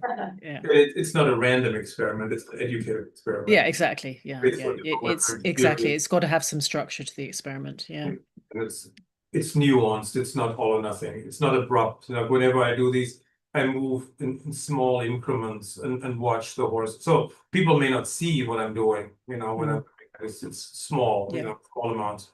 And only when I feel like, my horse seems to like, he seems to be getting better, then I do more. So I don't ambush the horse, I don't surprise the horse, because the sensitive horse might be freaked out if you move abruptly in a big way. Let's say move small increments, slowly, and the horse will let you know right away, basically. I mean, the more sensitive they are, the bigger their response will be to what you're doing. Yeah, but they all do respond. You just have to be willing to ask the questions and look for the responses. So that was all of the. Oh, here's a new one. Okay, go ahead. Yeah, Lynn Williams says it's been observed that I really drop my heels. I don't push them down. They just have a great deal of flexion, but they do seem to want to lock there. Okay, so it's really interesting. Taking the rest of my posture. I don't know. Does it? Yeah, I think that's the question to ask yourself. If you do have a great deal of flexion, it may be that you need to play around with deliberately finding a slightly flatter foot. But it may be you've got so much drop in your heel that it's absolutely fine and it doesn't disturb the rest of you. I don't know. Often when people really drop their heels, it can often push your leg a bit forward, or you can end up sort of rounding your lower back a little bit and dropping your pelvis back. But does that happen? Because if you've just got that length in your Achilles tendons, it may be that that's how your foot sits. Right, it might be that's the most natural. Yeah. For your. I would say it would be very difficult. It would be difficult with heels which are really very deeply flexed. It would be difficult not to have a little bit more weight backwards, and therefore find it difficult to come up and over your knees in what Thomas and Shana call the kneeling seat, which gives you a seat which is sort of light and communicative. But I think you would have to just feel for yourself. Yeah. I mean, you could lengthen the stirrups a hole or two so that your soles are horizontal and see if that feels more comfortable. That's an interesting idea. Ideally, your ankle should have room to flex more and to extend more. Yeah, because if you're right at the bottom of your range, Yeah, you're going to be therefore committed in one direction of movement Yes. already and Yeah. stuck there. Yeah, when you see good riders with a good seat, very balanced, very relaxed, in the trot, every time the horse lands, you'll see the heel come down a little bit, Yes. and then it goes back up to neutral. But if your ankle is maximally flexed in neutral, the leg cannot swing down anymore. It's already locked in a sense. It can only go up. That's why I was thinking, what if you lengthen the stirrup so the sole of your foot is horizontal, so that there is a little bit of space for the heel to swing down when the horse lands in the trot after suspension phase. Yeah. And then just see if that helps. I mean, I had two teachers who had extremely hyperflexible ankles. They could form almost a 45-degree angle between the sole of the foot and the shin. That was freakish in a way. I always was a little jealous of them. But yeah, I mean, the downside of that is that you're at one end of the range of motion, and then ideally all joints should be somewhere in the middle, right? So you have room to extend and to flex. Well, it also means you will, if you're right at the end of your range, you'll probably be committing your other joints of your legs also to not being that kind of having that responsive flexion and extension as well, which you do need. Yeah, it's an interesting question. I mean, one of the show jumpers that I really used to love to watch is a French guy, and I like to watch him because he's such an amazing athlete and such a well-organized rider. He would always say, ideally, your foot wants to be flat for show jumping, which, if you think about it, is really a balanced sport. Yes. Massively dynamically balanced. Yes. He did not push his heel down or have his heel down. It was flat. Yeah. So Lynn says, so that's exactly what I've done, is lower the stirrups, but I can feel that I'm leaning back. Yeah, there you go. So it's taking you a little bit backwards. Yeah. Or you can try and move your entire leg a little back, or move the lower legs back so you have more flexion in your knees. That will typically bring the upper body forward a little bit. And you can try to experiment with that kneeling seat where you feel like your knees are just sliding forward and down, and then flex your knee. Or you can think of stretching your lower leg back and down as if you wanted to step onto the hind feet of the horse with your heel, as if you could reach them. Those are images that have helped me to get into a more balanced seat with more freedom in the hips. So it's experiments, right? You just no right or wrong necessarily.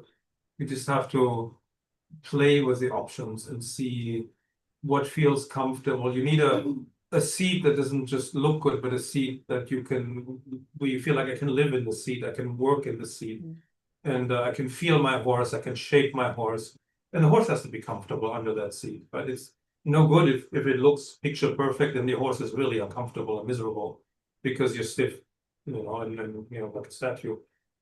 So if you approach this in a playful, experimental way, I think you're likely to find what works for you and your horse. Now, functionality is really the goal. That you're comfortable, the horse is comfortable, you can do what you need to do, so the horse can do what he needs to do. Did you want to read this one? Sure, I mean, it's a good illustration. And Linda Carey says, oh my God, I can't believe how much rider issues can affect the horse. Long story short, in January 2024, I got a total hip replacement. September 2021, I got my horse the standard Red Cross. From the time I got her home, she struggled on the soft, deep menage, and I got so frustrated because I couldn't get her to trot. All she would do is pace. Online, she got used to the soft surface, but under saddle, by December 2023, I had the most horrendous limp. I stood crooked, and boy, oh boy, my opposite shoulder hurt so much. Fast forward 6 weeks, 3 days post hip replacement, I got back on my horse with the physio's blessing. Day 1 and 2, we walked, but it was so good. Day 3, I asked for trot, and oh my God, my girl went, yes, mom, I can trot. Poor horse, my broken, crooked body was the reason that poor girl couldn't trot. Yeah, it's an extreme example, but it's a good illustration, right? It is, yeah. If you can't move your hip, the horse can't move her hip. That's where the pacing came from, right? And the stiffness in your hip locked up the horse's hip, that locked up the horse's back and rib cage, and that's why then the walk became a pace, and the horse couldn't trot because your hip didn't allow it basically to move. So it's extreme, but I always like extreme examples because they usually illustrate things really well. They illustrate the cause and effect really well. Yes, we have a question from Christine Waltz. She asks, in general, is it better to just change direction and shift weight frequently to fix issues, or work more on what you think or feel is the side that is stiffer, meaning work for horse and rider?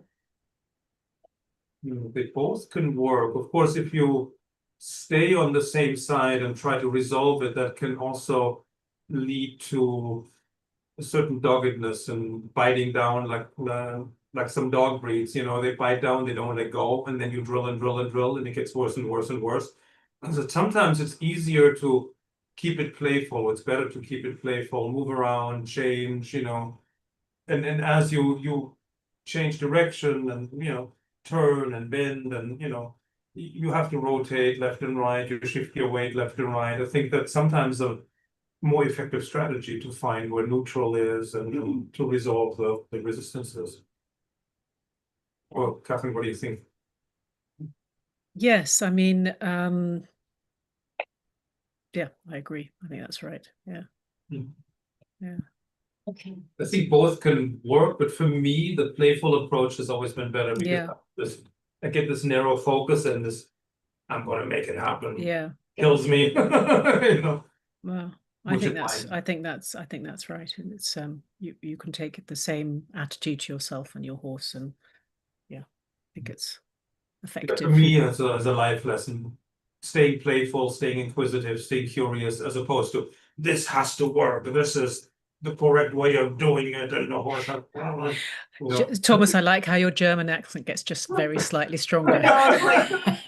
Very German attitude. And then that background is how I was trained as a teenager, right? And that stuck with me for so long. But the more casual you get, the more relaxed and the more playful, the less of an issue it becomes, or the faster the issue goes away. I find. And the more tools you have, the less you have to resort to that.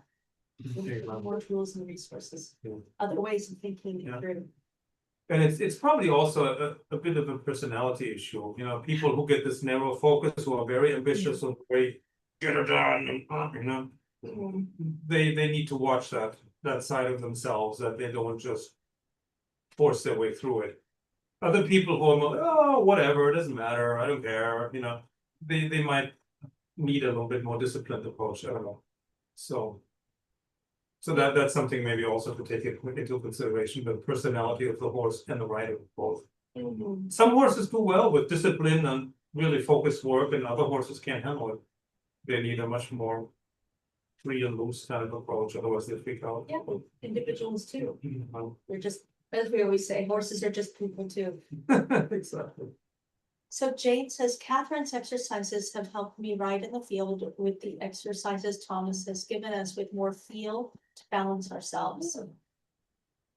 Yes. Great. You can do all this on trail rides, especially the Feldenkrais stuff. You can investigate all sorts of things just riding straight down the trail. So Terry explained above that she has scoliosis. I believe, I'm sorry, I skipped some of the comments, but she says, my pelvis is naturally right hip higher and more forward. This is something I am always aware of. And getting better balanced, especially in the saddle, but it's an all-day awareness to get more level and balanced. Some days are easier than others. Yeah, and I know Terry's doing lots of Feldenkrais and has done a lot of Feldenkrais, so she's sort of fully committed to getting curious about it. Well, it pays off. It pays off to be fully committed and fully curious. Fully committed to being curious. Anke says, I always notice that I hold the whip differently on the right and on the left. That's a good observation. That has a lot to do with my posture and different ability to move right and left. Interesting and a challenge to remove. Catherine helped a lot with that problem. Thanks for that. Oh, you're welcome. I'm glad. It's good to hear. It's nice. Of course, because we're left or right-handed, we will be a little bit more coordinated with the whip in one hand and more supple and more skillful, and on the other side we might be a little stiff and a little clumsy and won't be able to vibrate as quickly or won't be able to be as precise. That's a good observation. It's a lifelong project. Julia Maronia says, what all of this has taught me is that I'm normal. I need to get Yes. a break. Exactly. Yes, that's exactly it. I have a green Frisian who is very different to my previous horse and very imbalanced. In one ride, I've gone from falling in on the right rein and walk, and I recognize that I have a tight left hip, to actually being a lot straighter for longer. Trot had been a complete failure, but already I've seen some improvement. I'm loving this new awareness. That's good. That is Almost you're making fabulous. progress. Yeah. Yes. With green horses, it can be difficult sometimes, and they can be Yes. all over the place and wobbly, and going from one extreme to another, and so on. But it seems like it's getting better, so it's great. And you have to have kindness and patience with Yes. yourself in your process too. It's important. There's no amount of shaming of yourself that is going to make you ride better. No. It's And not. actually it has such an impact on your physical Yes. sense. Mm. It's a tough one. Yeah, sorry. Terry said, this is why I love Feldenkrais, Catherine. It makes me more aware of what I'm truly doing and where it starts from. Yeah, It that's gives me nice. tools to help resolve my issues. Right. Yes, yes. And Marianne Lemons says, stiff arms, shoulders, sounds familiar. Haven't found yet where the cause lays. Lies. Probably in the support, right? Like Probably. where is your weight in the saddle? Is it in your seat bones, thighs, knees, stirrups? Is it evenly distributed left and right? Are you tipping forward or back? Usually, I mean, this holding stiffness in the shoulders is a compensation. Maybe you're holding your breath while you're holding your shoulders up. I think that would make sense. In order to relax the shoulders, something else has to hold you in the saddle, right? So what is it? Is gravity helping you, or do you feel like gravity is an enemy that tries to pull you off the horse?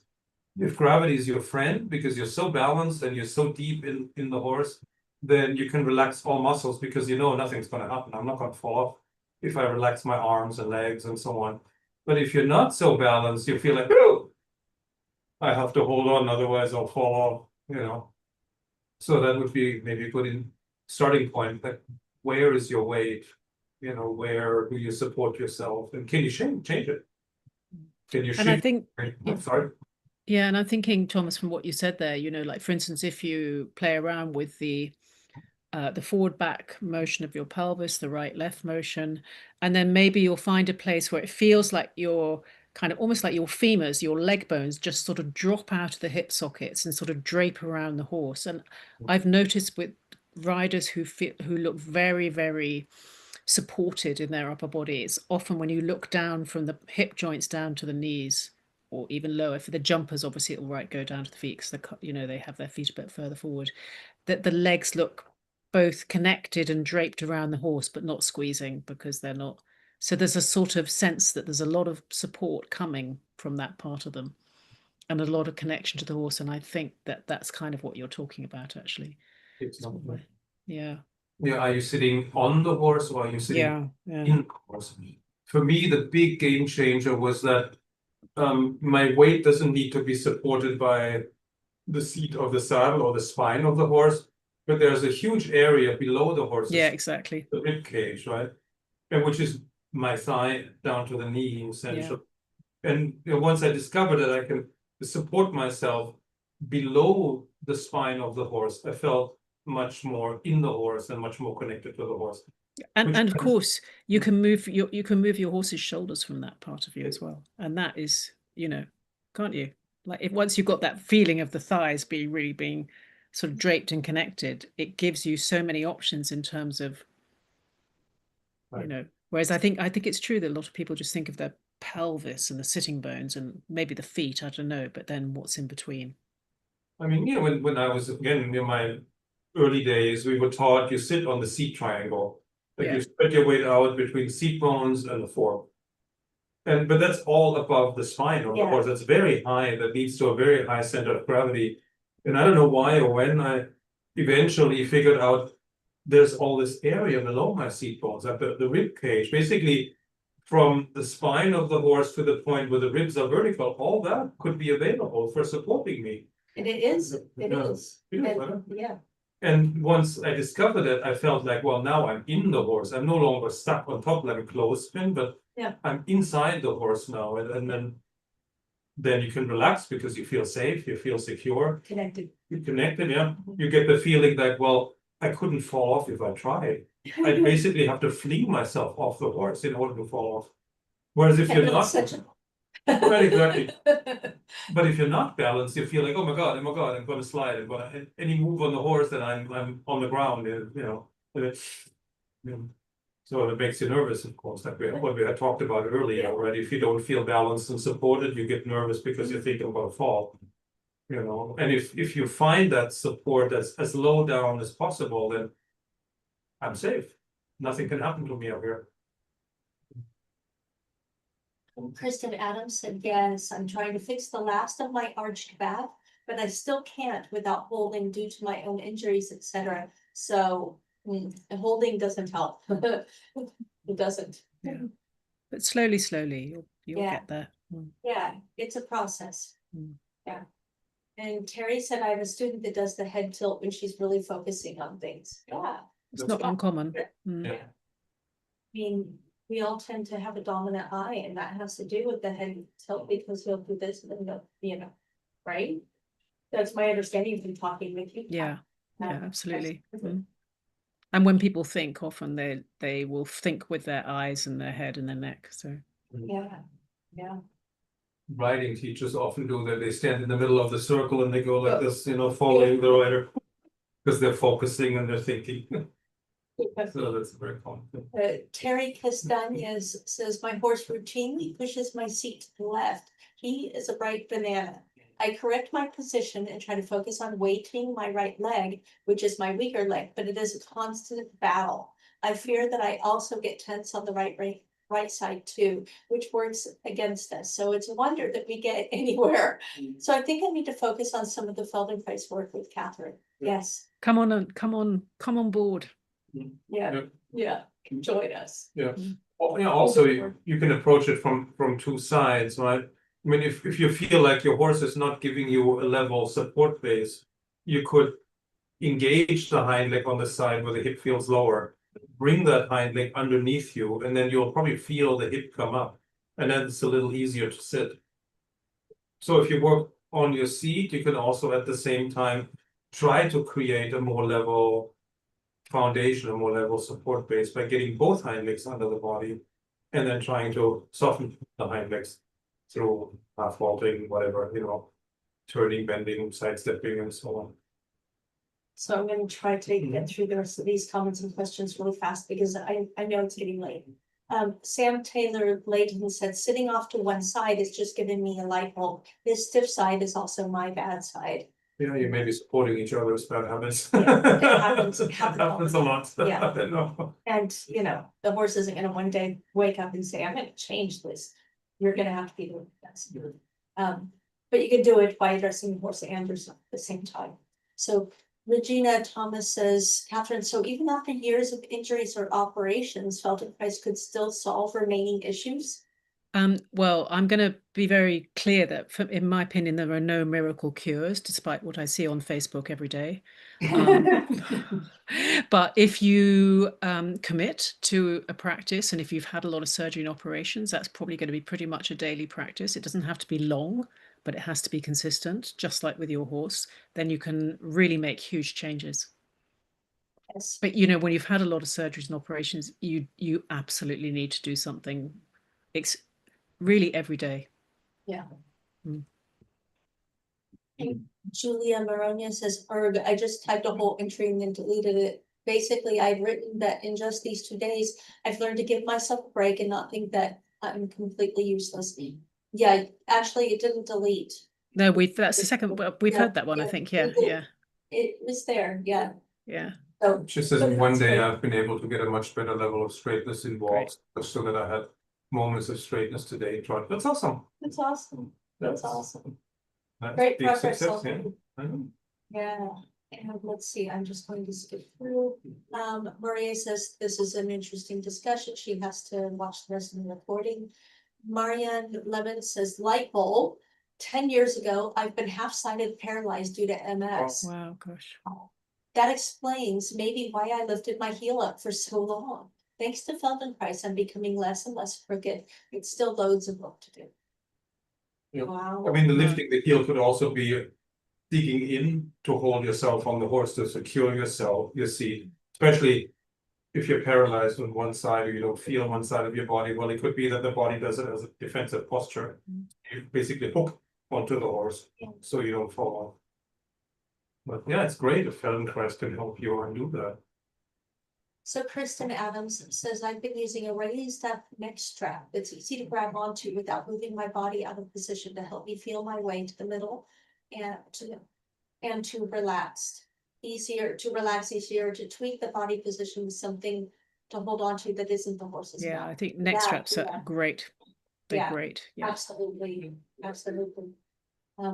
It's interesting. She also said it's interesting to figure out where it starts. Relax my heel really helps pelvis when everyone says fix the pelvis first. Yeah.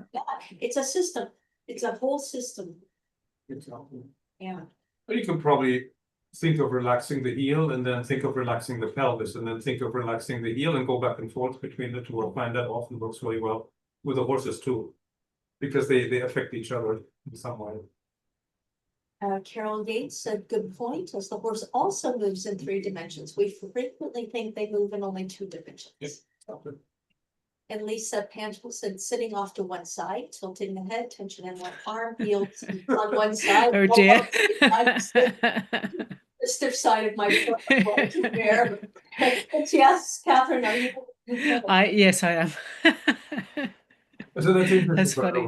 Yeah, this tension in the arms, heels on one side, which is the stiff side of the horse. It's probably the horse bracing back against you, feeling your brace, you know, so you make the horse stiff on that side. I could imagine. I think she was confirming as well that she had all of those, wasn't she? She was like reading the list here. Yep. Check. I mean, everybody has some of these at least, you know. Yeah. That's how we know, because we've made these mistakes, we had these issues. Yeah, we've been there. Debbie Hamari said, yep, so true. The horse is a mirror of the rider. My torso rotates slightly to the left and bending right is harder for us. We're thankful every day for the work of Yoshi. Yes, I remember Debbie from previous challenges. Yes. Yeah.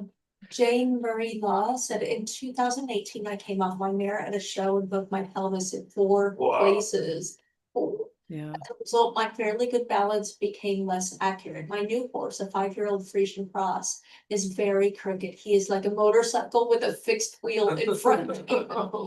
When I do the figure 8 exercise, it is like a pinwheel. He's otherwise a great animal, very kind, and even lovely in this movement. And I need some help here. Can this make it saved? Always. Yeah. I mean, if you like each other, if he's willing and cooperative, yeah. That is the most important. Sometimes you have to lower your expectations and investigate where does the problem actually start. Because sometimes you have a certain idea of we should be able to do this, and you write it and it doesn't work, and then it's like weird. Why don't you mess around with it? And then you realize, well, maybe he can't do it for whatever reason. Let's go one level lower, do something simpler. And then sometimes you have to go all the way down to rock bottom. Does the horse even feel his legs? Does he know where the legs are? Can he shift his weight? So then you're not even sitting on the horse, you're on the ground, you're moving the horse a little bit, doing a little work in hand of the Felden horse would be a good starting point, right? Where you're showing the horse a little bit, look, there is a leg at each corner, and each leg is strong enough to hold you, and you can rock your weight back and forth, you know. So that might actually be a good thing to do with your horse. So Nancy Piscopo asks, do you have any advice for how to approach improving your riding when you have a structural problem that can't be fixed? Kyphosis, is that how you say it? Kyphosis, I think she means a kyphosis in her thoracic spine. It's like a curvature of the thoracic spine. I mean, it's what I've said about scoliosis and the other people who have kind of structural issues, is that maybe you can't fix your issue, but you can work on every other part of yourself so that that part of you is better supported, and you become as mobile as you can in every other part of you, and you understand the relationships of the different parts of you better, and that will help. Yes. Usually way to compensate. Like if you look Yeah. at Oliveira, he had this hunchback Yeah. when he was old, right? And Yeah. that may be the same kind of thing, but he was still effective. Yeah, exactly. He was still a great Yes, and I rider. think it's a very good point, Thomas. I mean, you know, he's admired as one of the great riders, and he certainly had a kyphosis. Yeah. Yes. For sure. And I think that's the trick if you have physical issues, injuries, and so on. You have to find individual solutions that allow you to be effective, which means you can probably not follow the textbook instruction necessarily, because you can't do what the textbook says you should be doing, but there's ways around it, you know. I mean, just look at all the handicapped riders with no legs, no arms, and Yeah. they are very effective. They're often more effective than perfectly sound people, right? It's like, well, how do they do that? But there's a way, right? You just have to find it. And just a couple more. So Lynn, thanks you for the focus on the kneeling imagery. Dorothy Mark said, I may be opening a Pandora's box, but what focus do you put on the fit and balance of the saddle for both horse and rider and enabling the effortless sitting that you're describing? Yeah, it's really important. It's Yeah. very It should fit the horse Yes. and the rider, definitely. Yes. Absolutely. We're just not saddle fitting experts, so we're not. You know, You yeah, know, we're trainers, so we focus on Yeah, training, we're right? not giving a webinar on that. Yeah. Yeah. From You our, have to be a specialist. yes, but it's absolutely. I mean, I'll just say one thing from my own experience is that I had a jump saddle which had a adjustable tree, and because my horse got wider, we widened the saddle, and then I just couldn't sit on it. It just rocked me back the whole time. Yeah. Saddle was no longer balanced. It was horrible. I had to work against myself the whole time. Yeah. It was And that's hideous. frustrating, Yeah.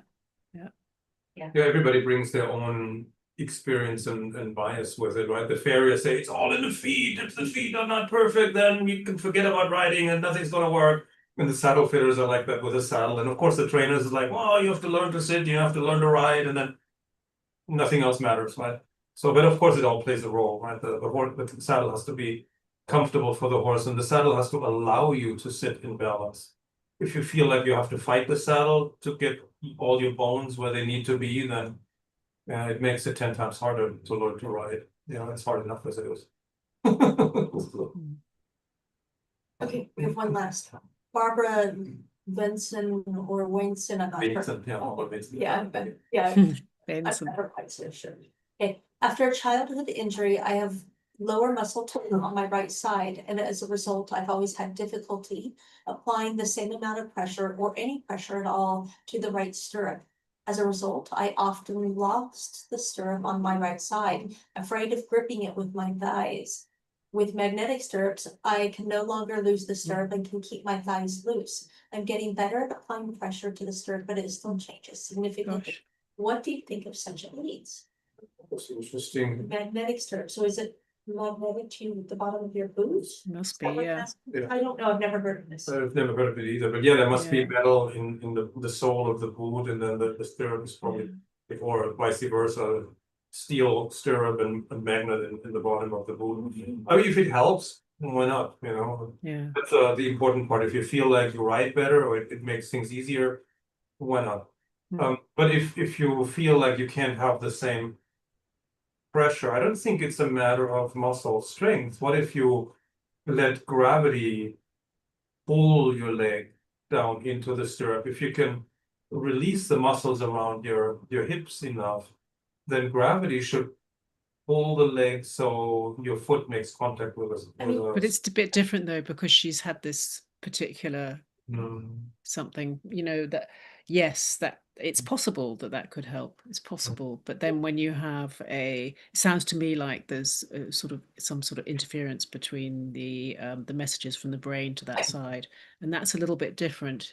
So that's why I think actually her idea of a magnetic stirrup or some sort of something to bring some external support is probably a good one, I would say. And at least at those moments when you can't, keep that connection with the foot with the stirrup, at least it doesn't go exactly. around. Yeah, at least you don't. It's less disruptive. Yeah. And so I've never heard of magnetic stirrups, but it sounds perfectly benign. Yeah, it won't hurt. Yeah. It won't hurt the horse. And it sounds like it's useful, so we just, do. Yeah. Definitely, if you feel like it helps, I will do it. Yeah. So. Okay, and as far as the saddle fitting, Terry says it can be a holistic approach. The saddle could be a huge hindrance to both horse and rider or a non-issue, same with feet angles, conformation, and yes, us and how we sit. Yes, exactly, exactly. Terry's on our team. She's been to all these trainings. She knows our perspective very well. Very Yes. much so. So with that, we're gonna wrap it up. There is homework today. Oh, wait. Let me go back to sharing the screen, right? I have to.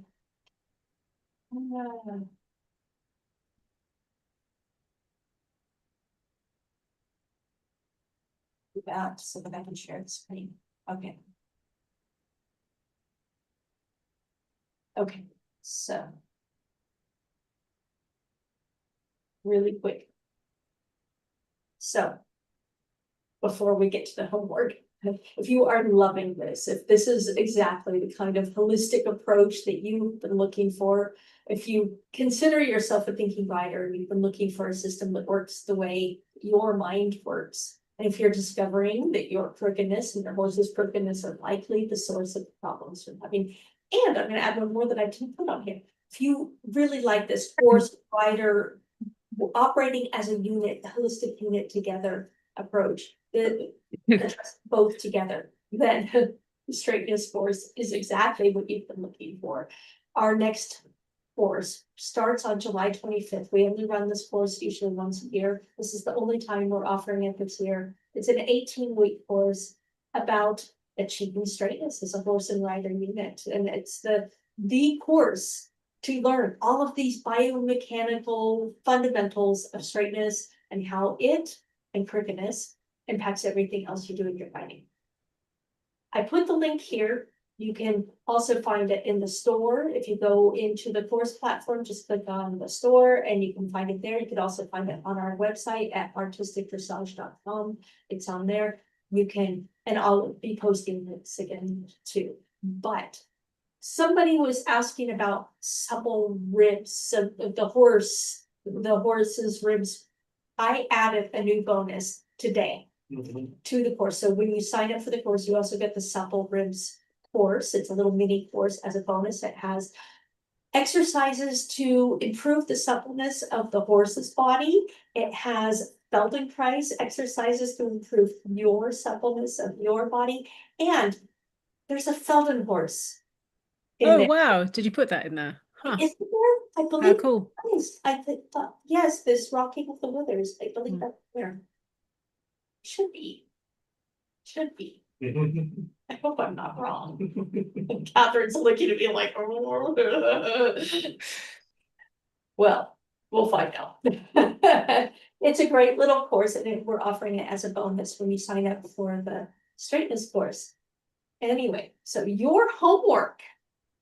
There is a Feldenkrais lesson, pre-recorded lesson that Catherine has given you. It is now available in the course platform. Go find it. It's also conveniently called the Figure of Eight. No, it's not. Oh, it's not? No. we got our wires crossed. Oh my gosh. What happened? However, it goes very well with a figure of eight. Okay. Sorry. It's called something else, which it's about rotation, I think, but yeah. We got our wires crossed today. Oh, we must have. Sorry about that. Sorry. Okay. Anyway, it's perfect for the figure of eight exercise. Okay.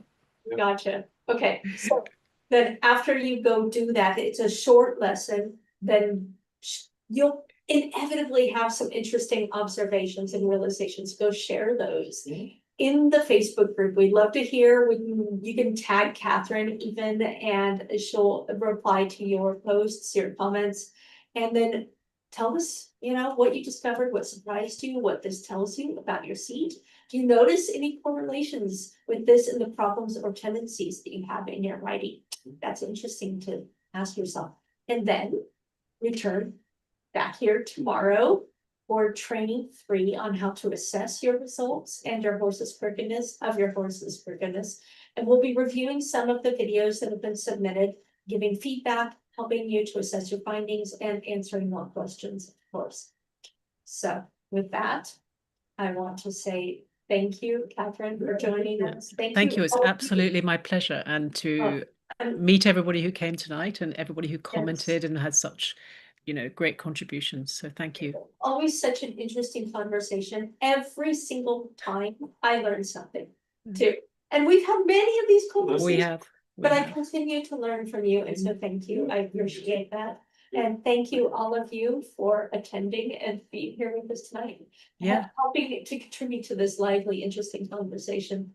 And see you in the Facebook group and hopefully in the course too. Yes, we'll see you all.